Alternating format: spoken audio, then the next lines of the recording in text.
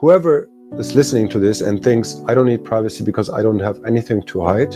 Just people get tripped up on thinking, oh, they have to go the first day and become Jason Bourne or, something like that. And that's just not the case. Most of the population is now deeply confused about how their personal data is being used and misused by companies and the government. We don't need their cooperation. We don't need to ask for permission to save ourselves. We just need to save ourselves. And sometimes it only takes a conversation to trigger the learning process. So I wanted to have this conversation with you, two Bitcoiners who cherish privacy, two Bitcoiners who have an acute understanding of it, two gifted individuals whose life path and lifestyle reflect a total engagement to enact and protect privacy. Yeah, that's pretty much the peak mountain, man. Hey, I don't trust anything. I don't trust computers. I don't trust hardware. I don't trust software. I'm not trusting even the dice. It's just me, some paper, pencil, math, and I'm going to sit here and do everything by hand. He is talking like a Stone Age clown. Maybe you're gay and you are in a democratic society that doesn't care about you being gay. Things can change very quickly, and maybe in a year, then it's suddenly not okay to be gay anymore. Making yourself not the lowest hanging fruit on the tree. Well, I'm super glad to have you both today with me. I mean, privacy was always a key topic I wanted to address in this Bitcoin Roundtable. First, because it's a core topic for Plan B Network's mission, but also because it's only recently that I've really started realizing how critical privacy is to the flourishing of humankind. And the thing is, I find it a difficult realization, especially for guys like me who grew up in a world celebrating transparency as a condition for justice and security. So, as I was saying, as far as I'm concerned, I kind of bought the idea that losing some privacy was a necessary sacrifice. And there was this mantra, it's okay if you have nothing to hide. But the past few years have been a violent wake-up call. We've witnessed increasing attacks on free speech and mounting financial surveillance. And it's really getting crazy. What's interesting is that more and more people, it seems like everybody is now sensing the threat. And that's what we learn from this Pew Research survey. The results are fairly clear. It's no longer us, fringe, paranoid Bitcoiners freaking out about the incoming dystopia. Most of the population is now deeply confused about how their personal data is being used and misused by companies and the government. So people do their best to protect their online privacy, but really they are quite skeptical that they can succeed at all. It's all getting far too chaotic. It's too difficult to figure out how you can trust. So most of us need guidance. And so the importance of privacy for me, for society, is really something that I've become aware of thanks to Bitcoiners like you, Calle, and Fractal. But as many of us, I'm still only, I'm just connecting the dots. And we are many who badly need education on privacy. And sometimes it only takes a conversation to trigger the learning process. So I wanted to have this conversation with you, two Bitcoiners who cherish privacy, two Bitcoiners who have an acute understanding of it, and two gifted individuals whose life path and lifestyle reflect a total engagement to enact and protect privacy. Fractal and Calle, I am super grateful for your presence. With you, we can unpack this critical issue. What is privacy? Why it matters so much, and how we can adjust to our fast-changing world. Is it all right? Does it sound good to you? Are we ready for it? Absolutely. Let's go. Sounds fantastic. Thanks for having us. Yeah. So I guess our first step is to introduce you. You are both very well-known figures in the Bitcoin world. But can you introduce yourself briefly for those who might not know you yet? Can you give us a sense of what you do, a glance at your life trajectory, maybe, and some clues of why privacy matters so much to you? Fractal, do you want to start? Sure. I'll try to give a quick run through. And as a very young person, I've always been into art, and still that's probably the main focus of my life is kind of trying to create interesting art, because I think that well, realistically, it's not even art that I'm trying to create. I'm trying to create something that doesn't exist in the world yet that I want to see. It just takes the form of art in most cases. But realistically, I just have this drive to make something cool. And it started when I was really young. I've been doing like art stuff since I was a child. And my dad was a programmer, and I always had a bit of the art and a bit of the computer math side, and the combination of those two has made my style somewhat unique, I think. And a lot of people comment on that, where a lot of artists have less of an analytical or precision mindset, whereas to me, I'm very much into alignment and getting things kind of organized in a very methodical way. Some artists will want to make a picture and just leave it up to the interpretation of the viewer, whereas for me, I usually have a direct and very specific thing that I'm trying to say. So it's just a matter of trying to decode the message that I've encoded into the artwork for people.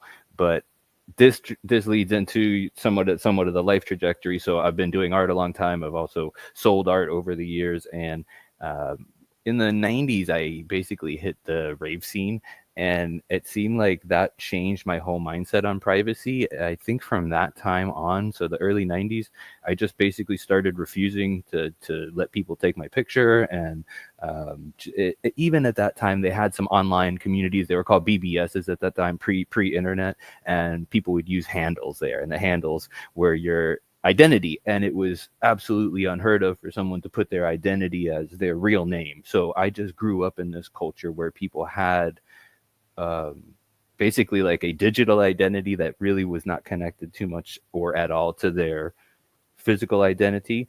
And then also I had this sense that we were involved, this rave thing was like semi-legal in most cases, or fully illegal in some cases. So there was this mindset that we were doing something that was life-changing and important, and there was technology involved that was enabling us to kind of level up as human beings, that was being oppressed. And in fact, if you got caught with some of this technology, you could actually do serious time. So there was a big push for privacy. And even in the community, it was like kind of frowned upon to go around with the camera and just taking pictures in some of these events, because it was just known that, hey, some people may frown upon this. You may get somebody in the background of the picture that doesn't want to be there. And this problem has only exacerbated in the current day, where you just have ever-present cameras. But even back in the 90s, we still were thinking about this stuff. So just fast forward to today. I don't want to get too long-winded here, but I think that gives a pretty good basis for where I started. And now I do mostly Bitcoin art. I also did a lot of psychedelic art, and somehow I combine the two nowadays, because I think they're both very important complementary revolutionary technologies that are both extremely powerful and deeply misunderstood by the masses. So part of the art that I do is to just bring this out, that, hey, these are tools that you can use. They're wholesome. They're actually good family value stuff that will help you out in your life, and has helped me. And maybe just check it out. Some of the information you got fed may not be what it is. So I try to put the information in the art. And with that, I'll pass it on. It's fascinating. I mean, there's a lot of coherence in the whole life path, geared toward manifesting in the world things that are not there yet, and that you end up calling them art. But yeah, I mean, they come from a different dimensions. Your creation, they're absolutely beautiful and loaded with a lot of meaning. It's. Do you want to say a few words about these this species of art that you have on your website, and that we can admire in Bitcoin conferences? I mean, that was super kind of you to say all that. And of course, I would take the opportunity to talk about the art. If you want to flip back to that last slide that had the 3 images on it, I'll just quickly run through the three that are here. The one in the center is the Bitcoin full node sculpture. That's probably my most well-known and my oldest sculpture. And the idea behind that, it was meant to be a working Bitcoin full node and block explorer. So it has a lot of the Bitcoin, it does have everything kind of Bitcoin related to the code, the culture around it, but specifically the clock and calendar like nature of it. So it basically tries to break down all 132 years of the Bitcoin issuance cycle from 2009 all the way to 2140. The cutouts that you see there are proportional to the halving, so that shows how much Bitcoin is released in each halving. And the first cutout on the left side is so big, it just shows it's hard to comprehend, but like realistically, half of all Bitcoin that were ever mined were mined in the first 4 years. So we have 21 million ever. The first 10.5 million were mined in the first 4 years. So those cutouts show you that the quicker you could get in, the sooner, the more access you'll have to supply, because it becomes extremely contracted. So you learn a lot by making art, I think, because you want to convey the information right, and you want to do it over time. And I think in order to do that, you have to learn it well. So in order to make some of these things, I have to do a lot of deep study. So I enjoy that. The one on the right side is a set of 3 analog computers. What these allow you to do is to create Bitcoin keys entirely offline. So you don't need any computer. You could just use these analog computers and not have to trust any software or hardware, any kind of basically, you don't even have to trust the dice that you're using. The system has a way to de-bias the dice, because every dice may be cheating in some way as well. Like they're not perfectly balanced. So it has a system. So it's a piece of art, but it's also some engineering tools, really, cypherpunk art/tool to be fully autonomous and independent from and protected from technology risks, right? Yeah, that's pretty much the peak mountain man. Hey, I don't trust anything. I don't trust computers. I don't trust hardware. I don't trust software. I'm not trusting even the dice. It's just me, some paper, pencil, math, and I'm going to sit here and do everything by hand. And that really appeals to me. It's part of that privacy aspect, I think, is also the trust aspect. The trust is basically, it allows you on your privacy spectrum how much you want to selectively reveal yourself to others.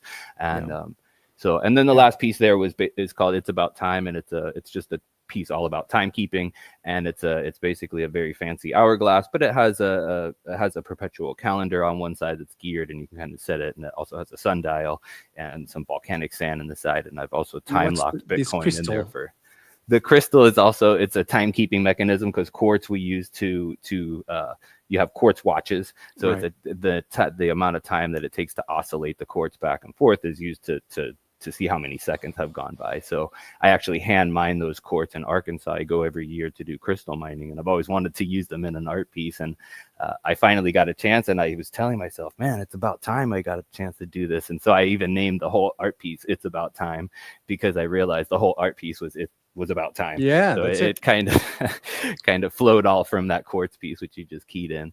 And I time lock some Bitcoin into this. So there's a Bitcoin that releases every 21 years for the next 210 years. So basically, whoever owns it now, they can pass it down in their family, and over the generations, each generation will get their own Bitcoin unlocked over time. No way. Yeah. So. That's a precious piece of art then. And then perhaps, I need to mention the Timechain Codex, which you've put together building on some articles, right? And I loved it so much that I decided to translate it with a friend, Azio. And that's how I got to know you. Do you want to say a couple of words on this one? Absolutely. Yeah, the Timechain Codex was a graphic novel that I made based on Drew Van Saal's Bitcoin astronomy articles.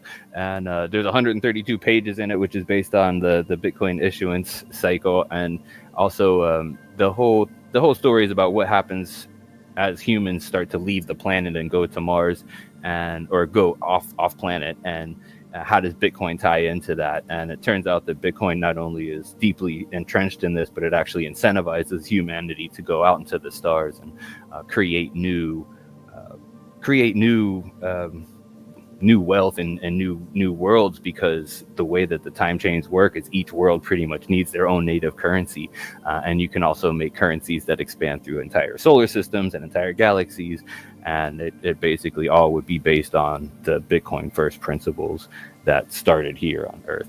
And I don't know, it was just really cool I always wanted to make a comic book my whole life. I've been a huge comic book nerd, and I love that story that Drew Bensall had written. I tried to get people that were actually comic artists and comic book people interested in it, and nobody cared. And that's how the world is. You just, if there's something you care about, you got to do it yourself. So when the AI art started coming out, Gigi told me about it, and he made some posts about it, and I thought, this is absolutely retarded. This stuff is so dumb. And I started playing around with it to prove how dumb it was, and then I actually started having a lot of fun with it, and I was like, ooh, this is cool. And I started seeing people do some interesting things with it, not just making the images, but kind of bringing it into the real world. I saw people making t-shirts and tarot card decks, and really kind of using that as a tool to make something else. And then when I got the idea to do the comic book, it was just I don't know, mind-blowing. So I was able to I just spent 21 days, it turned out, from start to finish, just learning that software. I'd never touched the Mid-Journey before at that point, and just did the whole comic book within that 21 days, the script, the whole thing, and then start to finish. And I was achieving a life goal that you always wanted to do. And there's just no way that this would be possible, because to make a comic book in today's world, you need a penciler, a graphic, an inker, you need a letterer, you need a distribution company, a publisher, a printer. I did all that myself due to just having this AI ability to and what's interesting is that there's many people who sort of intuit or look at Bitcoin as a living organism, and it playing out at a global level, at Earth level. But here, what's absolutely fascinating is that you manage to convey the notion that Bitcoin is a living and breathing and pulsating living being throughout the galaxy and many galaxies. It's just fascinating. I think it's a must read for any Bitcoiner. I mean, just to conclude on this introduction, I'd say I've discovered you as someone who really celebrates the beauty of science, the enchantment of human discovery, of cosmic mysteries. So for me, you're the cypherpunk artist, the techno savvy, the inspired alchemist. And I'd like to add something, because I see you also a bit as the modern shaman, type of Terence McKenna, Rupert Sheldrake, Graham Hancock type of person. Somehow, it seems to me, perhaps we'll discuss it later, but it seems you tap into forbidden science, into heretic knowledge and wisdom, or long forgotten human heritage. And your work really blends science, arts, alchemy, shamanism, and I guess you need a lot of privacy to fulfill this role in Serenity. Am I right here? Absolutely, and that's a huge compliment that I'll take. Thank you very much for saying all that. But yeah, one of the things is it helps you to have these kind of revolutionary art manifestos if you also don't have your identity out there, because it's just seems like, and this is true not only for me, but even going back to the idea of the panopticon, where they have this kind of cell where everybody can see everything that you're doing. People just change their behavior when you feel like you're being watched all the time. So having some bit of privacy to just create what you want to create. And also I think the privacy is important, because as an artist you have to suck for a while and be terrible and make things that aren't good. And you need privacy to do that, because it's do as much crappy work as you can in private, and then when you can finally make something that you're proud of, then you show that one.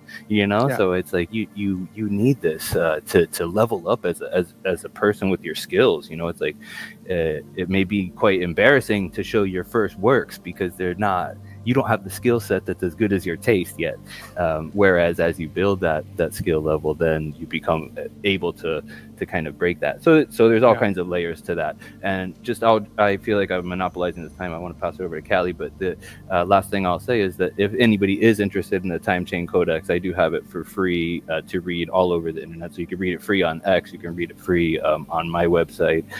There's a Swan hosts it. There's a couple other places on the internet where if you just search for the Timechain Codex graphic novel, you'll be able to read it for free.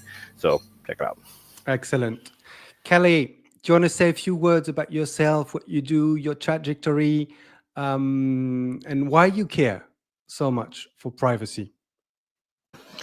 Well, first of all, thanks for the invitation, and also that was a great introduction by Fractal himself. I'm a big fan of his art and all the contributions that he has been making for Bitcoin and the culture around Bitcoin. So that was a really fascinating thing to listen to. I am a developer myself. I've been working on Bitcoin programming on Bitcoin for several years. Most of my time I've spent in the first couple of years as a Lightning developer. And I was initially very fascinated by Lightning itself because it allowed users of Bitcoin to finally transact in a way that I always thought that was missing in Bitcoin, which is in a fast and also private way. So when I think of the earliest moments that I discovered Bitcoin, I still remember this very vividly, that as my first understandings of how the blockchain works came as a kind of completed in my head. The first issue that I saw with it was related to privacy itself. I couldn't believe that the system was designed in a way that everyone would be able to see all the inputs and outputs of a transaction, and that every transaction would lead to all my transactions in the past and all my transactions into the future. Honestly, when I discovered that, I thought that I must be missing the point, that there must be something in the system that prevents this from happening. And as I discovered Bitcoin more and more, I came to realize that it's one of the foundational principles on which this whole system is built on, which is transparency and verifiability of the entire system. So at this point, I have come to a different way of squaring with these let's say properties of Bitcoin and how I integrate it into my overall image of the system.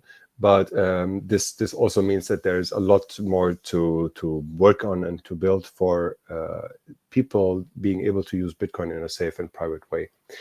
And you've been trained as an engineer. Did you always have this concern for privacy, or is that something that came up as you discover Bitcoin, or was the notion of private peer-to-peer exchange already something ingrained in you as an objective, or Well, first of all, I haven't been trained as an engineer. No, my background is theoretical physics. So my life before Bitcoin was heavily focused on research and fundamental physics research, basically the ordinary kind of deep physical science that you can imagine. So I've been working in that field, which was totally unrelated to Bitcoin. But all this life before that gave me very important experiences that I still can make use of in my life today. However, although not being trained as an engineer, I've been a programmer my entire life. So I've been working with computers, on computers, breaking them, hacking them since I was a child. And I've been also online since I was a child. So I remember the internet from the old days that also Fractal briefly mentioned here, that an internet world where the personal identity of a user was not even it wasn't even a question whether you would identify yourself or not, because it was not important.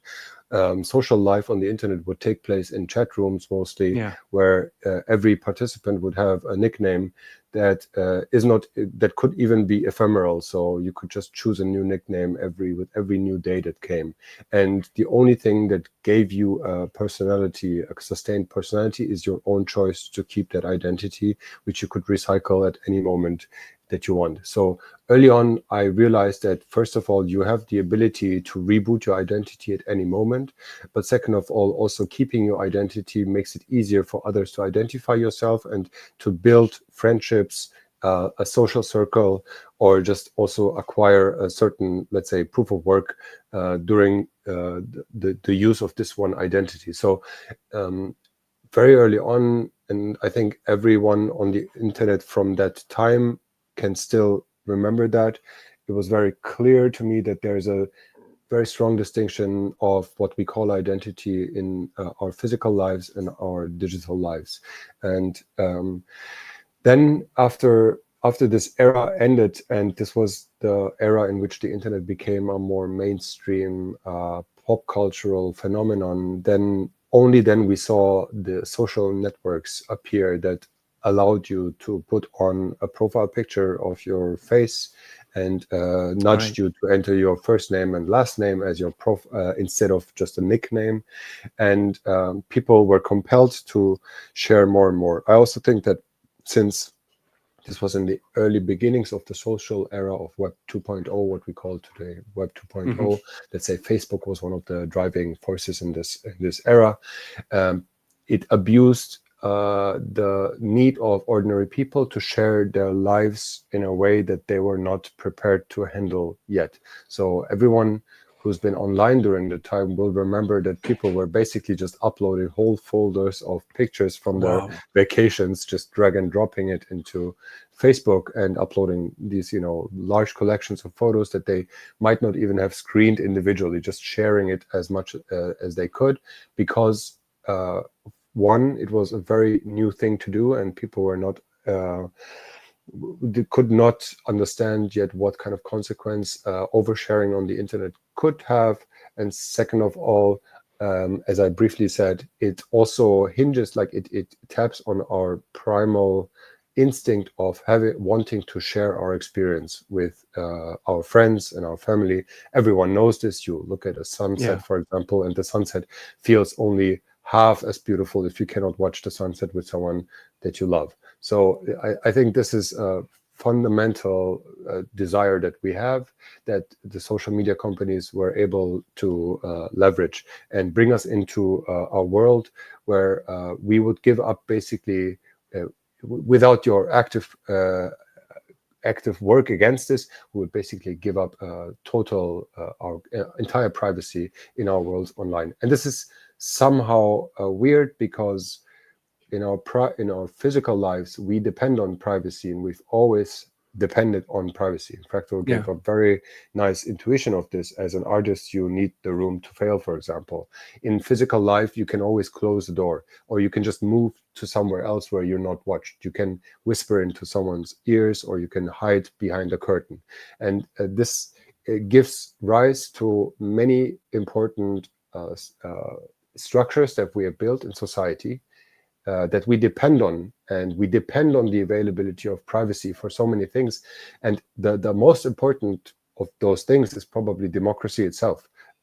We forget that, but the democracy, I mean, I realize this is now a large jump, but just go this step with me. You cannot imagine democracy without privacy, because your vote needs to be private. If your vote is not private, you can be coerced into making a certain vote, or you can, after the fact, you can be rewarded for giving a vote to someone, certain party, and so on and so forth. So even like the most fundamental building blocks of our lives, of our social lives, of our lives in society, and also lives in governments, depend on a certain level of privacy, which is usually enforced through physical means, right? So in the ballot box, for example, you will close the curtain and then put in the piece of paper that looks like every other piece of paper. So now in the digital life, in our digital lives, following the normie path into the internet from Facebook on, like it starts with Facebook. It doesn't begin earlier for the normie, basically. It looks like we don't have any of that. So like every single step that you go is visible to someone. And even if you sometimes need a username and password to log into an interface that is not accessible to the public, let's say your online banking account, for example, you still reveal yourself to at least one other party that knows what you're doing, right? Even if you can fend off the public, you usually have no choice whatsoever to interact with at least one party that can see what you're doing. And coming to try to conclude this long monologue, but coming to Bitcoin and how this intervenes with money, I think this is, money is a fundamental messaging piece of unit of messaging of information that is often, like we say, it's half of every transaction that we do as humans. So it is everywhere. And also our money itself, up until we invented digital money, relied or gave us these assurances of privacy by making paper money look alike. And as soon as we transitioned into an internet world, the only option that we ever had with interfacing with money, and this is still true today, this is still the same situation if you look at fiat, is that you must interact with at least one other, often trusted, but that's not the point right now, but a third party that can see what you're doing. So it's either your bank, or it's PayPal, or it's like some payment processing operator or something that needs to know who you are, because we have no other way of verifying the validity of a transaction in the digital space until Bitcoin. So this is where, for me at least, all these stories, they come together and culminate in the creation of a neutral money by Satoshi, that although it is, as I mentioned in the beginning, it has this, it's radically open and it's radically verifiable. That means you can see all the inputs and outputs of every transaction. But because there is no institution or entity that offers this service to the world, it gives us the possibility to build something on top of it that also gives us privacy. And I think this is not just a feature of Bitcoin, it will be a defining feature of money in the future, because we are at a very special moment in human history in which we digitize. And it's going to only happen once in our entire history of humanity. So all the small choices that we make today, I think, will have very large consequences in the future. It's a bit like, a butterfly effect kind of thing. Yeah. And so that's why. So you were saying, okay, you discover Bitcoin, you find it fascinating, yet you realize that there's this transparent public blockchain, and say, okay, but we can build upon it. And then you start you work on Lightning, and then more recently, how long is it since you started working on Cashu? Can you tell us about Cashu? Yeah, Cashu has been around for a bit over 2 years so far, and it is a Chaumian eCash protocol. So Chaumian eCash itself is the first cryptocurrency ever invented, and it's from 1982 by a guy called David Chaum. David Chaum is a very well-known cryptographer, and the cryptography space is like one of the very big ones. And when you think of cypherpunks themselves, if you had to list like the 3 biggest cypherpunks, he is one of them. So he's like the godfather of digital currencies in 1982. And he was almost 30 years before Satoshi. So it's a that old system. And in 1982, David Chaum invented eCash as a concept that uses blind signatures, which is a cryptographic method, to design a digital money system that cannot be traced. So still, this is a digital currency system, money system that depends on a trusted third party. So it's kind of offered by the bank, for example. It's like your bank would have to be the eCash service provider. However, it was designed in a way that the bank would not be able to see who you're paying, how much you have, and it would even not be able to take away your money. So it's also censorship resistant as long as the bank still exists and so on. So this is super early, and it was the most interesting thing at the time, and it looked like the entire digital economy would be built on top of this concept. But then as time goes by and DigiCash, the company of David Chaum, was supposed to build these systems and had lots of very big deals with Microsoft and Credit Suisse and Deutsche Bank and all these very big names that wanted to jump onto the eCash wagon. None of these deals really closed at the end of the day. There's many reasons why this might have happened in history, but lots of them also have to do with David Chaum, but maybe also just they were a bit early. In either case, in the early 90s, mid 90s, it became clear that DigiCash itself, or eCash with it, eCash, had failed, and we saw the emergence of credit cards and PayPal. So all the non-privacy payment systems. So fast forward, coming to 2009, Satoshi invents Bitcoin, and then fast forward multiple years, then at some point we have Lightning. That's also where I start to contribute more in the Bitcoin ecosystem. And Lightning works really well, but it still has some hiccups here and there, which is mostly the reason why most people go back and use custodial systems, basically step back from what we've achieved to gain more convenience and make it cheaper to use and so on. People start using custodial services again. And so that's when we started working on Cashu, which is essentially taking those ideas from the early 80s from David Chaum, and instead of using it on top of the banking system, use Bitcoin as the underlying basis for which we can build eCash systems on top. And that is Cashu. So Cashu is a free and open source protocol. It is not a single app or not a single service or anything like that. It is an open protocol that invites everyone to build their own software with and on.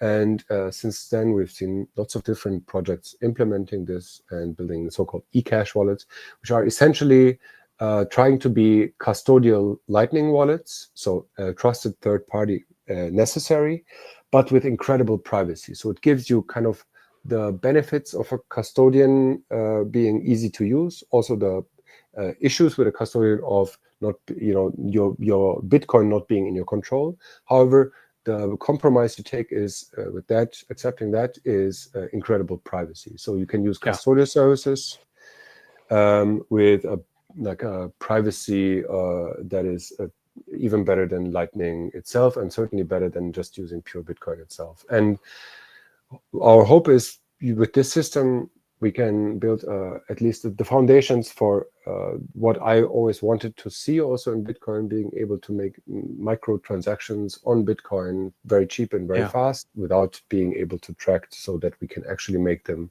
everywhere we go online.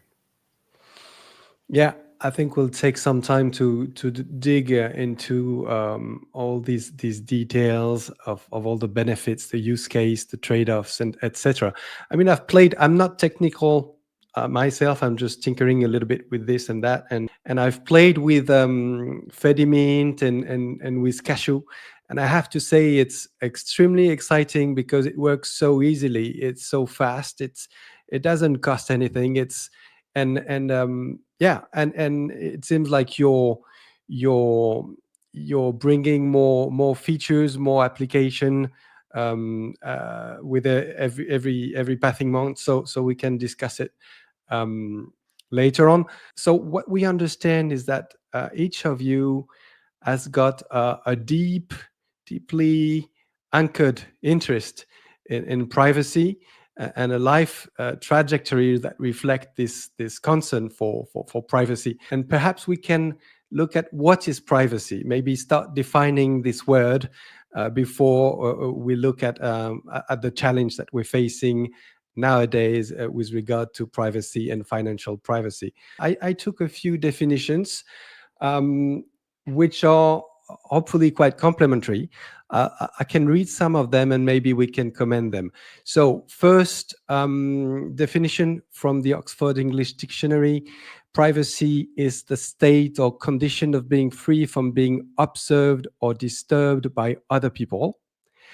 Another definition from the United Nations Universal Declaration of Human Rights, post-Second World War: no one shall be subjected to arbitrary interference with his privacy, family, home, or correspondence, nor to attacks upon his honor and reputation, everyone has the right to the protection of the law against such interference or attacks.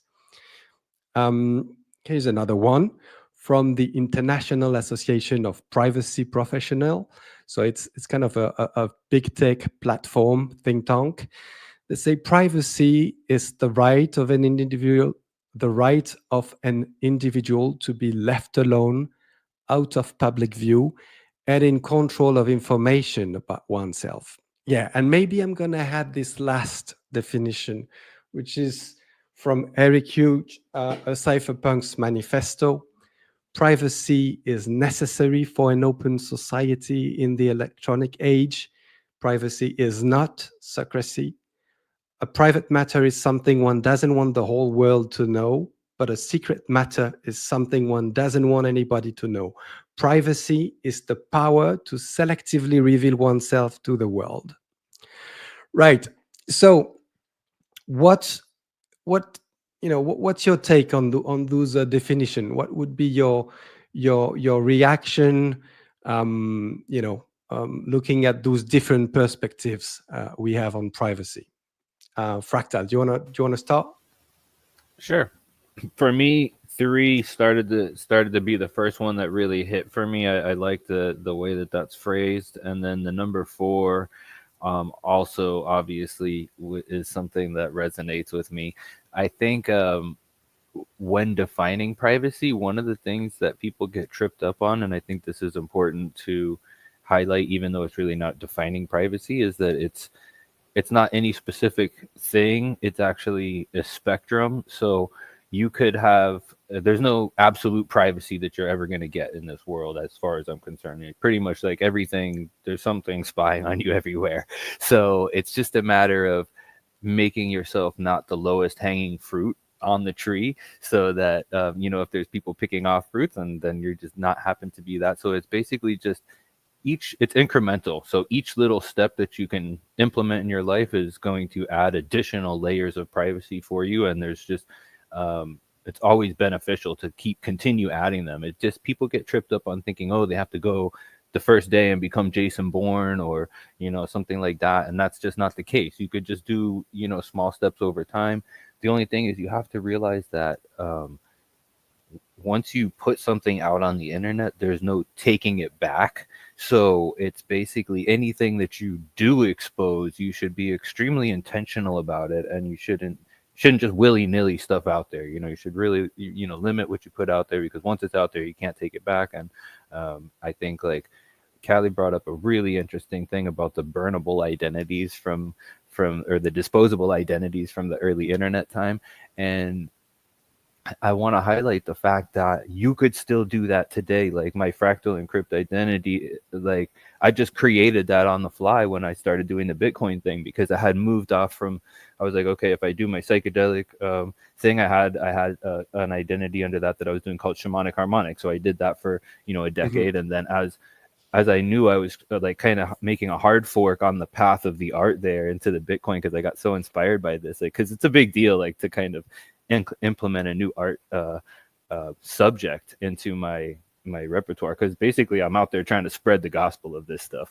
And so for me to kind of incorporate Bitcoin was a big, huge deal. So I actually created an identity for that, and it was basically under the same premise that Calle outlined, that you can just create these burnable identities, and it's only your decision whether you want to continue this any farther or not. I could just disappear from the internet at any fucking point and like just become the next identity that I want to be. And the only reason I can do that is because I have created this. If I just go in under my own name, like, then okay, you have to dispose of that and but the fact is, even if you do go under your own name, like even if you're right now posting under your full last, middle, last name, first name, everything, that's your identity, you can tomorrow become Mr. Bitcoin, and then just like roll with that. And then you could roll with that for as long as you feel cool with that. And then as soon as Mr. Bitcoin doesn't feel good for you, you just burn that and just become something else. And it's actually healthy. Like, you're cleaning out. It's like the forest, having those forest fires, cleaning it out. And I think that's I'll leave my definition of privacy there. Yeah. Overstated. Calle, what's your take?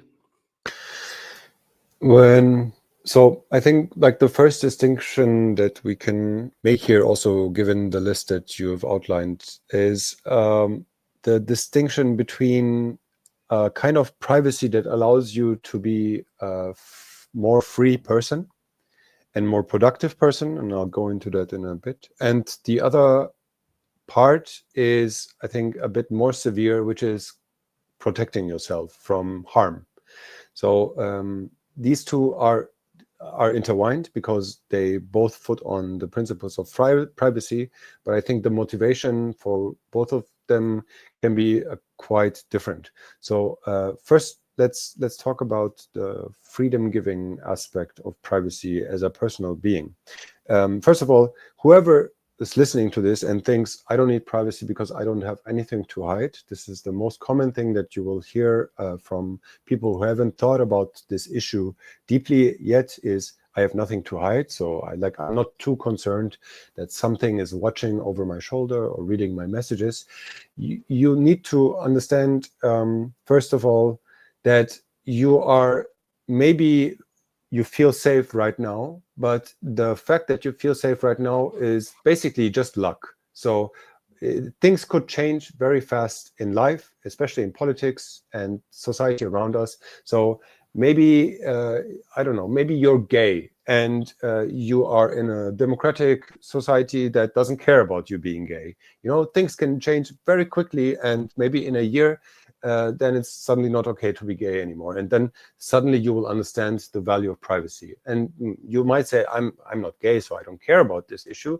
But maybe you're a Christian and you believe in religion and God. And think about how life could change for religious people very quickly. So you might want to consider at least trying to understand why people choose privacy, and before you judge their intents. But this is just my preface. So when talking about personal freedom and privacy, I think, and this is why I respect especially artists like Fractal, who remain private a lot about for their decision, is being private, being a NIM and producing work as a NIM also means that you're separating yourself somehow from your work. So as a creator, as a creative person, but also as a developer, and also looking at Satoshi, and Satoshi chose to be private until he disappeared, it means that you have more freedom and more space to let your work speak for itself, because people will not associate your work with a face, and will not associate, or will at least less associate personality to the product that you put out in the world. Now, you might want to associate your identity or personality with your creations, but then there will always be some added thing on top of that. So as an artist, as a programmer, as a creator, it gives you more room to act, to think more freely, to say what you think, because people don't have the typical leverage on anyone else who just openly shares their identity with the world. It might be things that, you say some things that some people don't like, which is always the case on the internet, and then they dig up something about your life using a Google search and can start criticizing you about things that have nothing to do with your work, for example. Just making one example of how privacy for a creative at least can give them more freedom. Yeah. And for the second point about privacy being as a tool for protection, I think, I started off with this, that we talk mostly about, and this is very unfortunate, we talk mostly about privacy against the ruling system. So, and usually the ruling system is the government in which you live in. It's usually a nation state in which you were born or are situated in. And this is where, the fight, the fight for privacy is a fight, why it's a political thing, why it matters so much. And this goes also, this is in the definitions that you have offered here. Number 2, the Human Rights Declaration goes towards this. It means what happens if the political system in which you live in suddenly decides that you are now the enemy, and how can you protect against that? And it's not a coincidence that this definition came out right after the Second World War, where people witnessed very severe and tragic government overreach and violation of the private sphere, right? yes, absolutely. I mean, there are horrible stories from that time, and one story that I just heard recently was the reason why the Nazis had such an easy time to murder that many Jews as they did in the Netherlands when they invaded the Netherlands from Germany, was because the Dutch had this elaborate system of keeping, lists of everyone and their belief and their religious belief in like a centralized, basically database, made of paper, of course, back in the time. But just this primitive act of collecting data of your populace can have like very, very negative consequences in case the political system flips. And this is, in the Second World War, many millions of people have died because data was simply easily available to the wrong people. I'm tempted to interrupt you, if you don't mind, to play this this short clip from the World Economic Forum, where the Prime Minister of Spain is making the case for removing anonymity on the internet, and that sort of resonate with what you just said. Are you okay with this? Absolutely. Let's listen to this. I propose putting an end to anonymity on social media. In our countries, no one can walk the streets with a mask on their face or drive a car without a license plate. No one can send packages without showing an ID or buy a hunting weapon without giving their name. And yet, we are allowing people to roam freely on social networks without linking their profiles to a real identity.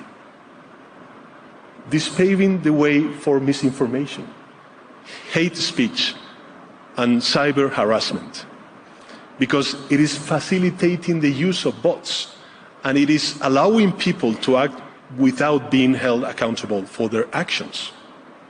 Such an anomaly cannot continue.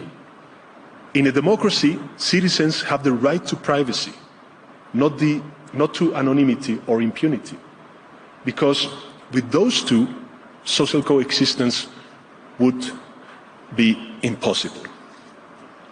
That is why I believe we must push forward the principle of pseudonymity as the functioning element of social media, and force all these platforms to link every user account to an European digital identity wallet.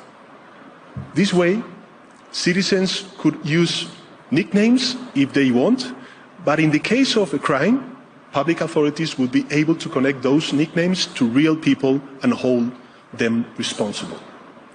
Because accountability is not an obstacle to freedom of speech, it is an essential complement to it. On social media user, or it's much better to say, one social media user, one real ID. This is the only way to really ensure that minors do not access inappropriate content. Okay, so there's a lot to unpack in this short video clip, presented in a way, I guess, to make sense and very rational and so on. Probably or very certainly downplaying the risks. Who wants to start unpacking this clip? I could jump in here, or at least start it off. I have a lot of thoughts on this, obviously, but I think listening to that, it just sounds like those people are promoting the evil empire in so many ways. It's just, there's so many things wrong with what was just said there that it's basically the antithesis of what we've been talking about. But at the same time, it's the same thing that we've been hearing over and over again. Like, time is a flat circle. If you think back to the time of the cypherpunks and the encryption wars back in the 90s, that was the same exact thing that they were fighting against, was the rhetoric that, you know, people don't need this privacy. In fact, the government tried to introduce something called the Clipper chip, which I don't know if you guys are familiar with at all, but basically what the Clipper chip was like an encryption device. So it basically would have encryption, so it would encrypt your data from everybody, but the government has a backdoor to it. That's it. And the fact of the matter is, it wasn't cryptography with a backdoor means if it's a backdoor for one, there's a backdoor for everybody. It's just a matter of finding that. So one of the things the cypherpunks did was they looked at it and they said, well, this actually doesn't use enough bits of entropy to even be secure from a very strong attack. So they just put some computers at it for a couple of days, and they were able to crack the encryption of the Clipper chip in some company in New Jersey or something like that. And so that started the whole conversation about, like, we can't have this, you know, this privacy for, and that's basically what this gentleman or this guy was trying to promote, where you give your identity to the social media platforms that you could still be pseudonymous to the world, but we want to know who you are. So that again creates the panopticon situation where you don't say what you actually think because you are worried about repercussions. You know, Calle brought up the voting thing before, which I hadn't even considered, but voting is like the core of everything. We just had that election in Mexico where a whole bunch of people got killed up and down the whole thing, and then like nobody even talks about that anymore. Even if you think about a high school election, if two of your buddies are going for president and you vote for one of them, if your vote is public, the other guy's going to be mad at you, and he's going to have hurt feelings, and you still like the guy. It's like, whatever, you know, and now he's not your friend for life and stuff because, you know, you didn't have the privacy to actually speak the way, like, because obviously he's an idiot and he's going to mess up the whole treasury if we put, he's a cool dude and all to hang out and drink beer with, but not to be the president of the school. So you see why these things are just critical. Because it's just that's a really silly example, but it extends to everything. And one of this isn't super related to this, but it was something I saw yesterday. There's a new GeoMapper OSINT tool that's available for anybody to go out and use, and what it does is it can take a picture and basically it uses AI to give you the exact map location of that photograph. And if it's in front of a house, it'll actually look on Zillow and show you the inside photos of the house and stuff. And so, yeah, it just took some girl's social media post that she put in front of her house and instantly pulled her house up, what all the inside of it looked like. It's people don't realize that. Okay, even if you take a picture and you strip the metadata out of it, that's just not a thing anymore. There's people that can just look at the angle of the sky at this time of day and the way the trees are, and they're going to be able to figure out your almost exact location. So it's just like, you really have to be purposeful about what you put out there. Yeah. So yeah, that's that. Calle, do you want to say something? Do you want to add something on what Fractal just said? Absolutely. So first of all, I mean, I need to kind of almost control myself when I hear this person talking. First of all, let's establish that this person is a complete clown. We should not take his words serious in the sense of listening to its content. The only reason we should take it serious is because he has gained power and he's in a political position. Nothing he says makes any sense. Talk to any kind of expert in this field, and they will tell you exactly also what Fractal has said. This has been discussed for decades already. So he is talking like a Stone Age clown and expects us to take him seriously. But let's do that for a second, because we need to defend ourselves against these kind of clowns in the world, and it will get harder and harder as we go on. So as he said, like the reason why most of the time political authoritarians want to limit privacy is usually to increase their level of control over their population. The reason why they find this, like the reason they will list to you as the listener in the current time, will always change depending on the weather. So the weather today is hate speech and misinformation. Hate speech and misinformation is exactly the reasons that this gentleman, sorry, the clown, has put up. If you would time travel 10 years into the past, no one would talk about hate speech or misinformation. These concepts don't even exist yet. However, everyone talks about drug smuggling and trafficking of human or child sexual abuse material. These are the narratives back in the day. after 9/11, terrorist financing came to the list.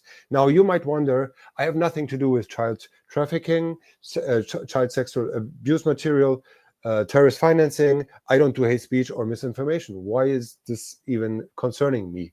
And so you need to understand that these solutions these people propose, and this is not only the clown that we have seen, I think he's the Prime Minister of Spain, but there are several other clowns also in the European Parliament that, for example, chat control is one of the suggestions that they have tried to push over the years and years and years, over and over again, is the whole concept is 99.999% of users need to lose their privacy in order for them to actually do their law enforcement work and being able to catch the 0.0001% criminals that really do exist in this world. But please do understand, this is not your job to help them to find these criminals. We're talking here about law enforcement and police. Either they do their job and find these people, or they don't, right? And they do not do their job well. And the internet still poses a massive burden for these institutions because they're slower than the average 14-year-old in trying to adapt to the new world, right? So most police just started using Google to search for criminals, or or open source intelligence gathering and so on and so forth. So from that perspective, you can see how they argue this from a perspective of weakness, right? Yeah. So one other thing that I would like to mention here, and it has to do with the 99.999% number that I frankly just made up, but I'm pretty sure the actual statistics is close to it, is the concept that is very hard for non-technical people to understand, and this is something that Fractal also mentioned in a different way. He said, politicians will make this proposal of, let's create a privacy-preserving system where you will have privacy and no one will be able to read it except us, right? Mm-hmm. So this is complete wrong assumption. This is not how computers work.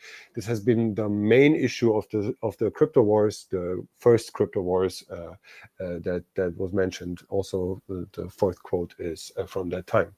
A related issue with that, and this is something that is even harder for most that I gather, for even harder for most to accept, is either there will be privacy for everyone or there will be privacy for no one. This is a second principle, right?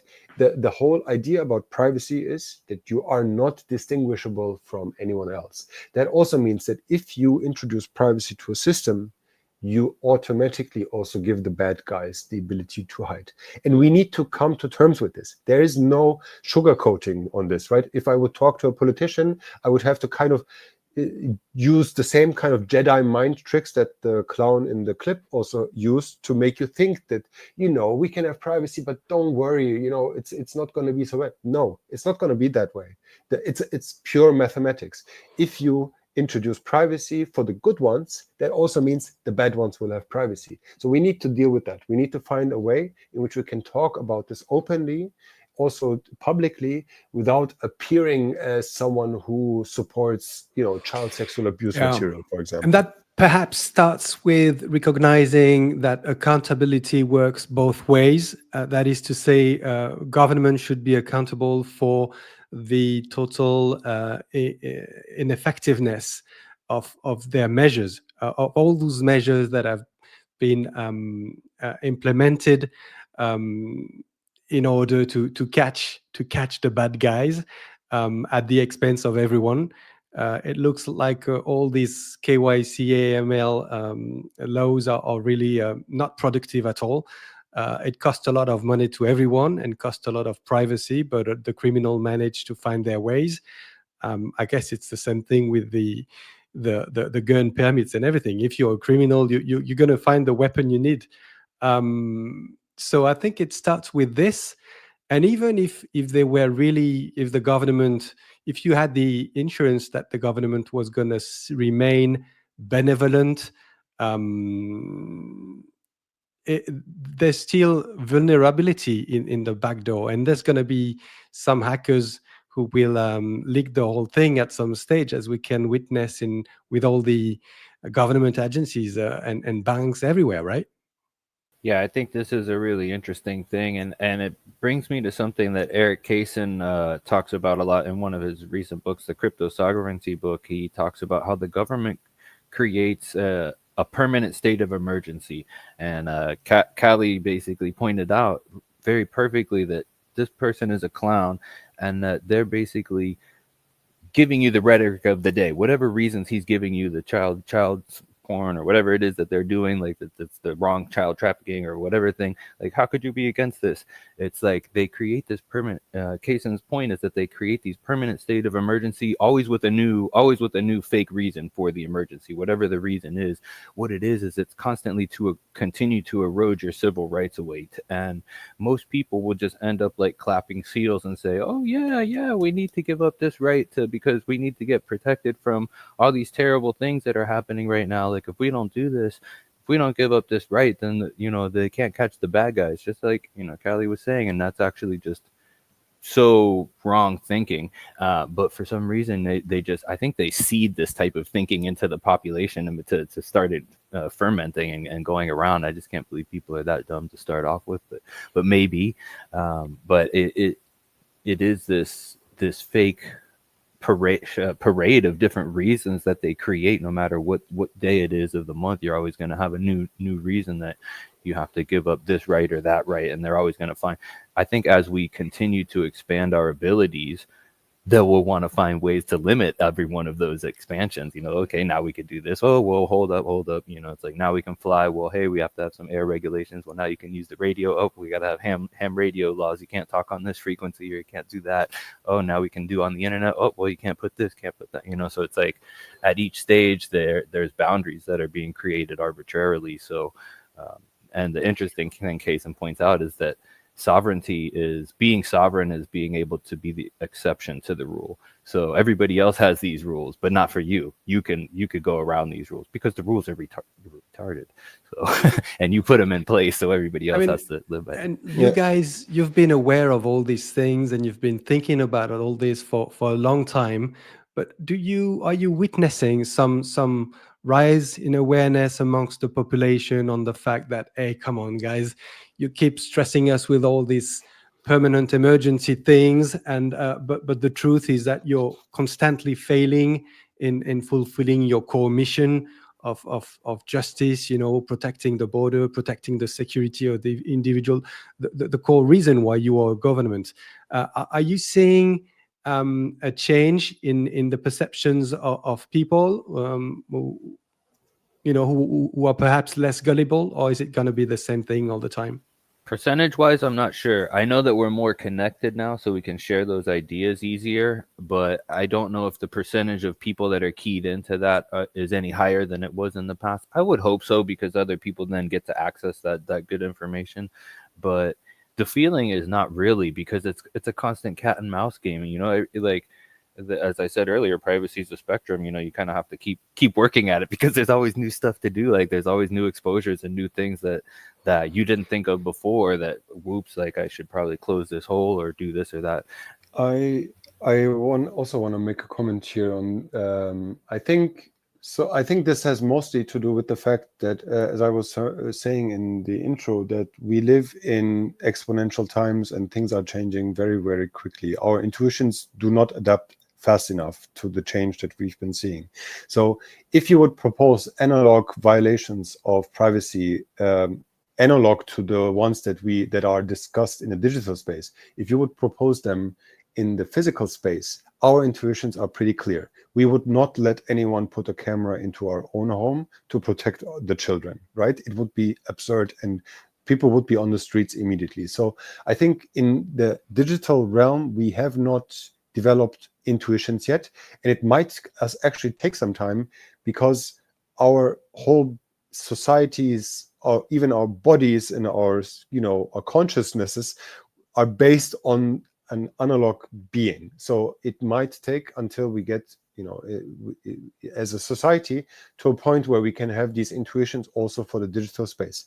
However, as frustrating as this fight might look like, since again, so many people think that they're not affected by this, although they clearly are.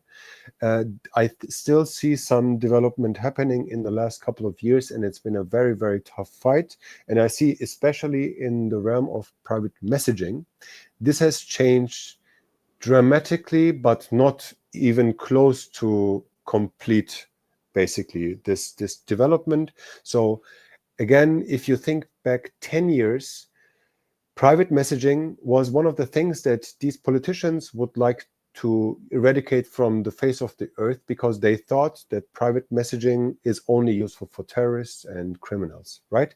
But today we are in a point where multiple very big data leaks and political intrigues and so on and so forth have brought us to a place where we know that, you know, in order to send a love letter on the internet, that you know that you need a digitally private way to communicate. And we can feel this today. Yeah. And many people are switching over to Signal, for example, because they can feel the NSA looking over their shoulder slowly. You know, it just takes a long time until they develop this intuition of feeling a disgust while you write and feel that someone is reading what you're writing to your loved one, for example, at this moment. So this is a very, you know, also fundamental feeling that you need to develop.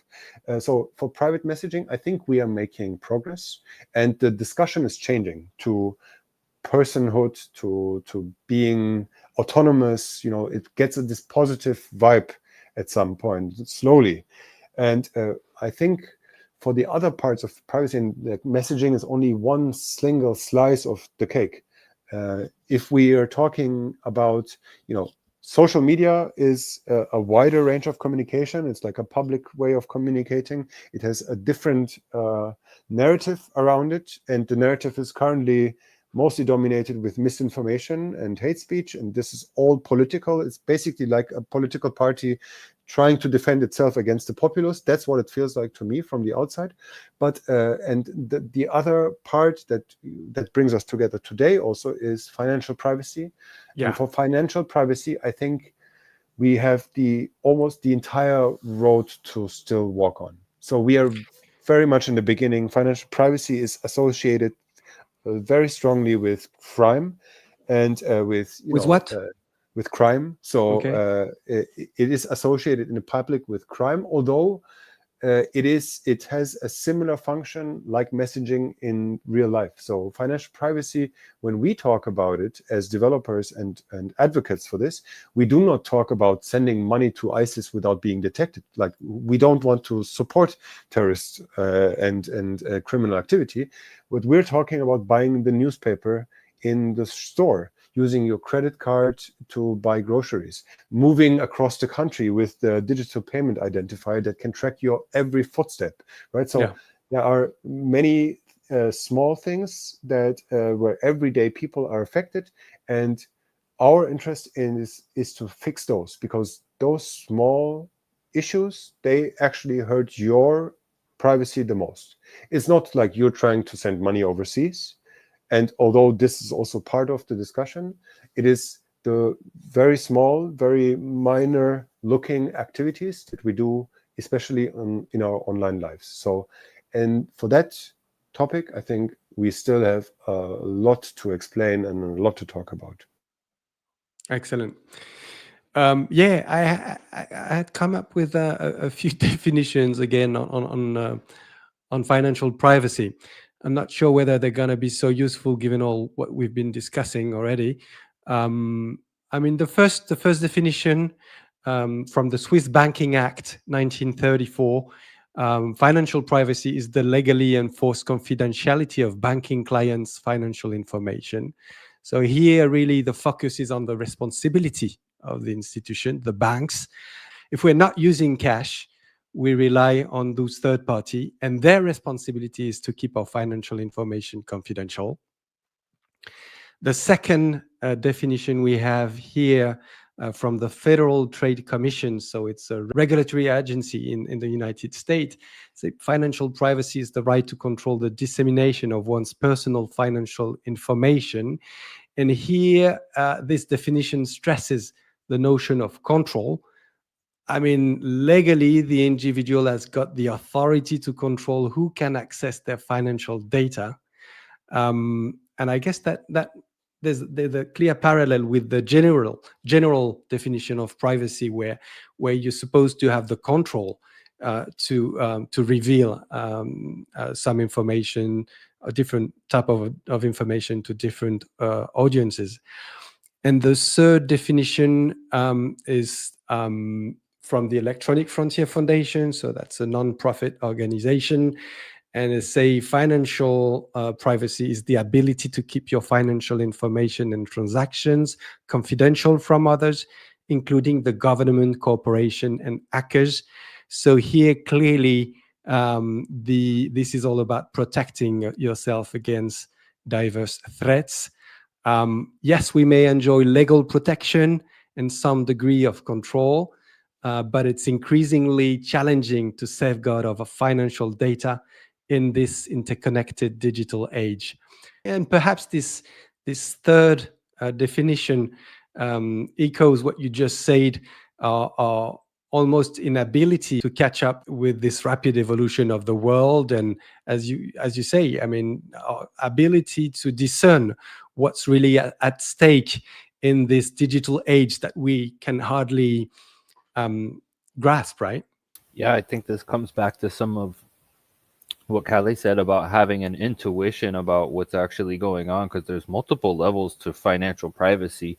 At a very simple level, I think one of the best stories that I think illustrates it is there was a story of a girl who got pregnant and she bought some pregnancy tests with her credit card or something.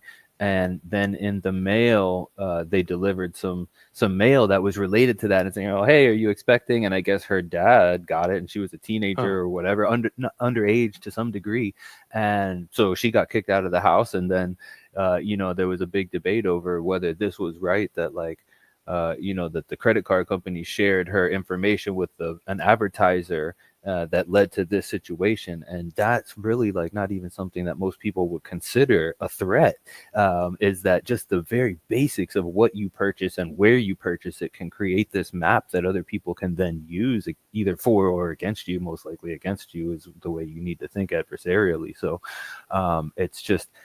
that's kind of out of the bounds. But then when you think about government controlled currencies like a CBDC, that would then act as a panopticon, seeing everything you purchase, but then also can control, like through maybe a social credit score or something. Hey, you didn't behave right today, so you can't buy bananas. That type of financial privacy is a whole nother level. We don't really have that in play yet, but it's certainly something that we have to be concerned about and fight against. So I think, again, we're looking at a spectrum of threats, and I think that's one of the most important things about privacy is doing threat modeling. Like, how important is this threat? How vulnerable am I to it, and how can I mitigate it? And some things you actually can classify as, I don't care about this, it's not significant enough to me, or I can't do this because it's too expensive and too difficult to mitigate, but I know that it's there. You at least have done the acknowledgement, you did the analysis, and you're ignoring it because it's too difficult at the time. Mm-hmm. And then then you have other things that you mitigate because you can, like, okay, I have the resources and the time and the ability to mitigate this completely. We're going to knock this shit out. And then you just go down the line. Calle, do you want to add something? Well, for me, I think the only thing that I can add here is that financial privacy itself, for me, is like a subset of general privacy or communication privacy. I see my payments that I do as a piece of speech, and whoever can read my speech knows what I'm thinking, knows where I'm going, knows with whom I'm interacting. I'm not necessarily, in my mind, trying to hide anything related to money per se. It's just that money is one of the most important actions that you can perform in this world, especially in the digital world. So it's one of the most reliable markers of your intentions and your actions. Yeah. And from that perspective, I think financial privacy needs to have a much higher role in the discussion and be moved from these super exaggerated narratives of we made this example like terrorist financing or money laundering, Yeah. and all these terrible words that they use in this word cloud to scare off people. But we should demand that we put the discussion back into everyday lives, which is what will be most affected by the erosion of these rights. So even though you're not part of a terrorist financing scheme, the fact that you're using your credit card online means that there's at least one, but most likely many more parties that know exactly what you're doing and when you're doing that. That should be a concern for everyone. Right. And when we talk about those CBDCs, I mean, I've been paying attention to this possibility superficially in the past few years. To be honest, I'm not quite sure. I can hear people say, "Look, I mean, they're so dumb; they're never going to make it happen. It's not going to happen in the next few years." And others just say, look, this is just inevitable. It's going to happen maybe in 10 years, 15 years, but this level of control the state will have. It's going to happen in the EU. It's going to happen ultimately in the United States. I'm not sure who's right on that. And can we foresee what's most likely to happen? Oh, they want to take paper money away, dude. That is definitely. I think that's inevitable in some ways. They'll give any excuse to get rid of it. Hey, it costs us too much money to print pennies now. It costs us too much. We spend all this taxpayer money on printing all these bills. We could just do this digitally. They want paper money gone because paper money equals privacy. And I don't know who they is. I just think that's the move. I think I'm on team inevitable for CBDC. But no cash, no paper money. Does it necessarily mean programmable money and tied to credit score and all that shit? I don't know what it means, and I don't know what my time horizon is here, but it feels like that has to happen. There's just no way we continue using paper money and coins as a society. Like as we move into the future, I don't know whether it's 10, 20, 30 years from now, like that most likely it's becomes a generational collectible thing. Yeah. It becomes a collectible thing. Oh, I have gold coins from the 2025. I have gold coins from then, gold coins from the 1800s. That they're collectible things, and they are valuable. The boomer and the Gen X are gone. They're not the money that people use. They use credits, which are whatever. They're not the Bitcoin. Or they are an extension of Bitcoin. I mean, realistically, I think, to me, everything becomes Bitcoin. Like we're all Bitcoiners. Bitcoin controls everything in the future. That's the whole Timechain Codex story, and I'm full drank the Kool-Aid there. But I think like it's not an easy road there, and you always have a bad guy when you have a good guy. So Bitcoin is the good guy that's going to win eventually at the end. But yeah, the CBDCs I think are the bad guy. But they're there. I mostly agree, but I also would like to say that even if it turns out to not happen due to some unforeseen change in thinking and behavior of mostly governments, the slight chance that this might already happen is enough for me to call to action. So it's probably going to happen. And even if it only happens with a small probability, it's already extremely concerning. So what do? Fortunately, we don't need their cooperation. And this is the whole point of this discussion. The reason why we can have this discussion is we don't need to ask for permission to save ourselves. We just need to save ourselves. And this is the insight from the first crypto war, which is that cryptography itself is, we say it's an asymmetric fight. You don't need a tank and a bazooka in order to protect yourself in digital space. And this is true for messaging, for information security, and it's also true for financial privacy. So instead of hoping that maybe like the 1% chance that all these dystopian visions will not come to fruition might maybe act out, instead of doing that, we should just protect ourselves today. And for that reason, everyone should use a VPN if they can, and they should use a messenger that protects their speech, and they should use a digital money that protects their individual sovereignty and privacy, like Bitcoin. And they should look into protocols that hide their activity from the world, like, for example, Cashu. So do not hope, but act. And you can do that today. And slowly we can build a parallel system, because the system, the official system, will not give us what we need. It will not make us free. It's been always the same enemy that we've been fighting against since the beginning. We need to conquer the freedom. It is only given to those who take it. It will never be for free. But you're lucky.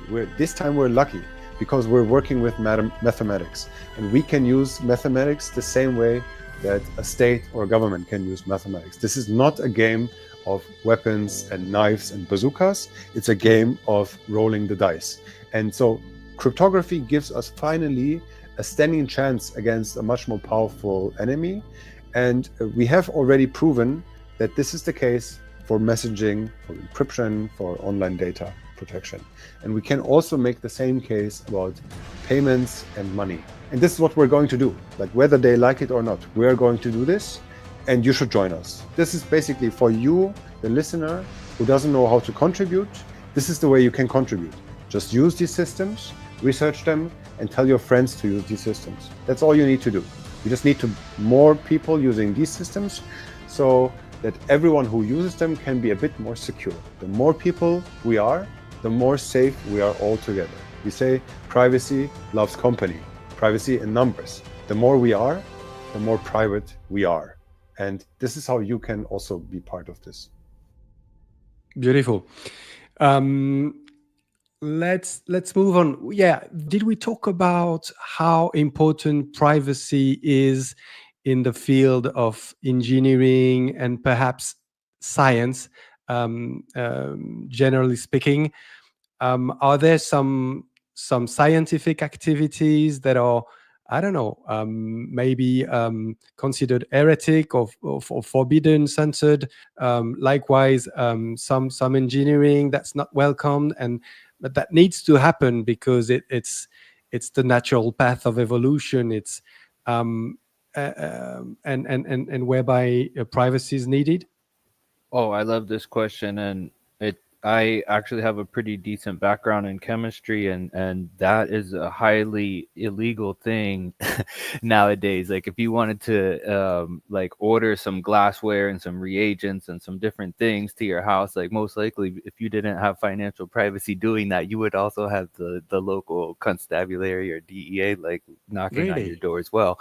Not only that, like, science textbooks have been changing ever since the 1950s. If you look at old science textbooks prior to the 40s, they had all kinds of interesting reagents and technologies that you could use to basically do stuff at home on your desk, and like, science was not frowned upon back then. But nowadays, if you try to like do recreational chemistry, it's like a whole big deal. So it's funny to think about, but yes, science is criminalized to some degree, and there are very much like hidden sciences and secret sciences, and hey, you can't touch this, and it's very regulated as to, you know, which chemicals you could buy, which glassware you could buy, which books you could buy, which, you know, information you can give freely. And I think like all that is relevant to privacy. One thing that we didn't talk about also, or that we did talk about, Calle brought it up earlier. He said an interesting thing about artists that are private. It separates yourself from the artwork. It lets the art speak for itself, and he's keyed on exactly what I'm doing there. It's like, I don't think there's any benefit to me showing myself. I like the artwork to speak for itself. The art should basically say everything that it needs to say without having any kind of, like, I feel like I can only be a negative to the art. You know, the art is there to talk for me. I don't actually have much to say that's interesting. Anything that I do need to say, it's actually locked into the art. So study that. And it's kind of like, I see a lot of, say, the cute girl that shows a picture of her painting, and she does the picture of herself with the painting, and it gets a lot of likes. And you can never tell whether just the cute girl alone would have got the likes without even putting the painting. You can't tell what it's like. You're kind of diluting the stream of information coming into people like you, or do they like the painting? And I think, you know, if you see guys posting pictures of themselves with the paintings, like it can only be a detriment to the to the art, I figure. So I don't know if that was relevant, but there we go. Excellent. Yeah, I'm sure there's a lot we could say about forbidden science, forbidden engineering. Perhaps one thing that we could do, I mean, we've mentioned all those challenges arising around financial privacy. We've discussed Bitcoin. Calle mentioned how this public blockchain doesn't lend itself so well to anonymous payment. And so Lightning provides some good solution for it. Although there are even better solutions, we could probably talk about the different options to gain privacy on Bitcoin. Correct me if I'm wrong, but we could say on-chain. Well, it starts with good UTXO management, coin joins, and silent payment, if I'm correct. Then you have the privacy that you can gain by using sidechains. So we were talking about Lightning Network, perhaps Liquid to some extent. And then there's the Chaumian eCash used by Infedimint and in Cashu. Is this a fair categorization, this solution on chain or practices on chain, the use of sidechain and Chaumian eCash to categorize those areas where you can gain in privacy when on Bitcoin? Yeah, I think that was a good summary. And it really depends on which system you use, what you need to be aware of, whether it's a sidechain or an off-chain protocol like Lightning, where there is no global record of the activity, or you're using a system like Cashu, where the privacy comes from the cryptography itself and not from the data availability. So this is in total, it's a very complicated field with lots of different variables, and it really depends on what you're using at the moment. And that also makes it so hard to communicate to users what they should be doing.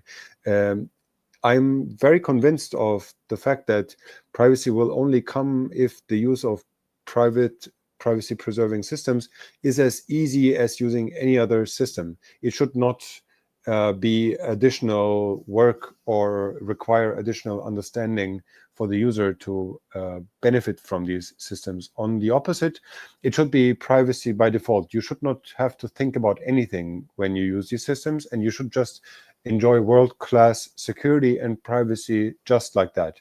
And this is our goal. We want to reach a point where the UX that we can offer is as good as it gets, and you'll just be safe by simply making use of the software. I think we can get there. So the more I work on this, the more we find out and build, the clearer my vision becomes. And it looks like that we can actually reach a point in which we can at least say that Bitcoin use on the most levels of this stack that you've mentioned will be at a point where you will just enjoy privacy by default, and there will be no way to make a mistake. And especially the mistake part is very obvious in on-chain, where you can practice really good UTXO management, as you said, or do coin joins all day long. But as soon as you just mix your coins again with with the stash that you didn't hide, then everything is messed up and you're back to zero. So these kind of foot guns should not exist, and this is what most of the work goes into, is actually making it so easy to use that you cannot make a mistake. Okay. Calle, I understand you need to go soon. I was thinking we could conclude with maybe you've already introduced Cashu before. Maybe you want to say a few more things on. I can just quickly wrap it up with saying that Cashu is an open source protocol. If you're a developer and you're interested in privacy and efficiency of microtransactions or monetization on the web, then Cashu is something that you should be looking at. You can find information on cashu.space. It's an open protocol. You can read the protocol and implement it. Dozens of people have done that already. So you can just by reading English text, you can write your own clients if you like, or you can use a lot of the existing software out there, which is all cross-compatible with each other, and you can include it as libraries to your projects, for example. Where would you need this? So basically in anything that requires an account, so if it would be a website where your user has a user account and a balance, for example, instead of doing that, you can use an eCash system instead. So an eCash system itself does not rely on accounts and traceable identities, but the money basically is managed as digital bearer tokens that each user holds for themselves in their own wallets. So this is just a very, very quick summary of how it works. If you're a user and you're interested in Cashu, you can also go to cashu.space and just download one of the many wallets that there are already. These are available for iOS, for Android, and all the different platforms. And you can start using Cashu as a custodial Lightning wallet and replace, for example, your wallet of Satoshi or other Lightning custodial wallet that you might have that where you know that the operator of this wallet knows exactly what you're doing. And for a Cashu wallet, when you use that, you will get the same kind of UX, and it's very easy to use and fast to use and so on. But at the same time, you will enjoy like the world-class privacy. So for a quick onboarding on Cashu, basically you go to you use either the web wallet. Is that cashu.me or something like that? Yeah, you said. Yeah, this is one web wallet, but there are literally dozens of wallets out there. Okay. So you can just go to cashu.space and find different wallets. You can also go to the documentation page. There's a whole list of all the different wallets that you can try, or just Google search for Cashu and Bitcoin, and then you'll find articles written by others and so on. So you'll you've find got something like that apps, you like. like Android apps, Minibits or something like that, right? Yes, Minibits is a great app that you can try for Android. If you're an iOS user, you can try Macadamia. It's that you'll find on the App Store. And there are multiple options for your browser, on your computer, or for your desktop as well. And so once you've got the wallet, you send to this wallet some Lightning. You need to send sats, right? Via Lightning first, right? Yeah, it feels just very much like an ordinary Lightning wallet. So you create invoices, you pay invoices. That's all you basically need to know in order to get going. And then when you've got sats on your wallet, you can send either eCash token or sats, depending on whether you're transacting with eCash wallet or any other wallet. That could a normal Lightning wallet or a Fedimint wallet, right? That's right. Yeah, you can just pay basically any Lightning invoice out there. So if you, let's say, order something with a BTC Pay server or something, and it shows you a Lightning invoice, then you can take your Cashu wallet and say scan invoice and just pay it. So it feels like a normal Lightning wallet. But if someone is in the same mint that you use, so the mint is the operator that provides this eCash transactions for you, then you can also transact directly with eCash, which is like sending them digital coins basically from your purse to their purse, just handing them over, even physically, if you like. Yeah, that's it. You could do that offline. I saw some demo, right? Yeah. Yes, correct. Well, Calle, thanks a lot for joining this conversation. Fractal, same thing. It's been wonderful talking to you. It's really inspiring, the work that you're doing. Fractal, do you want to share any update on your ongoing or upcoming project before we conclude? And where can we follow you, Fractal? Thanks very much. I don't have much to share right now as far as projects. I've got a lot going on, but I'll keep that private for now in spirit of the conversation. And that's actually truthfully something that I like to do. I don't like to share until the end because I create a lot of expectations for myself. And a lot of times I said I'm working in stuff that I don't know if I could do well yet. So I don't know if I could pull everything off. So I like to keep quiet until I actually have the cool thing to share. So we'll keep that private in the spirit of the conversation. And no, with that, you can find me on Twitter or X. I'm under Fractal Encrypt. I have a website called Timechain Artifacts. You could check that out as well. I do have that comic book for free to read there, and you can find that through my Twitter too. So I appreciate it. This was a great conversation, y'all. Yeah, thanks a lot, boss. Ciao. Bye bye.